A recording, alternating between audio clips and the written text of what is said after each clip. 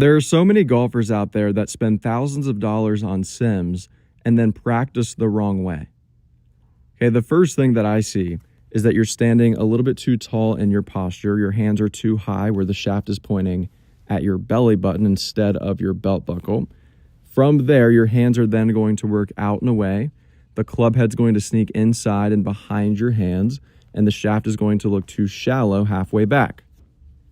When the shaft looks too shallow halfway back, it wants to come down and steepen in transition, where the shaft is now looking inside the ball.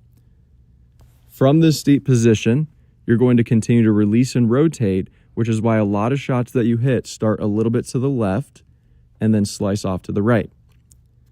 So the first thing that we need to do in your setup position, I want you to bend further over at the waist just a little bit. Lower your hands and arms. I want more angle between your hands, arms, and club shaft. I would like to see your hands dangling a little bit more naturally underneath of your shoulders without tension.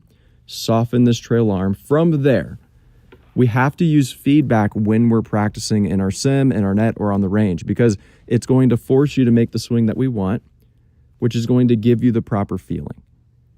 Okay, I'm not going to tell you what it feels like to take the club back on plane. I'm going to force you to do it. Let's put a shaft down the club shaft of your 7-iron, or put a stick down the club shaft, and I want you to run the stick down your lead leg instead of immediately pointing the stick out toward your target. Okay, this is going to force you to keep your hands lower. As you hinge the club up more, it is going to force you to get the shaft and the stick pointing a little bit more inside the ball instead of too shallow or flat. From there, the shaft's momentum will be working a little bit more in your favor.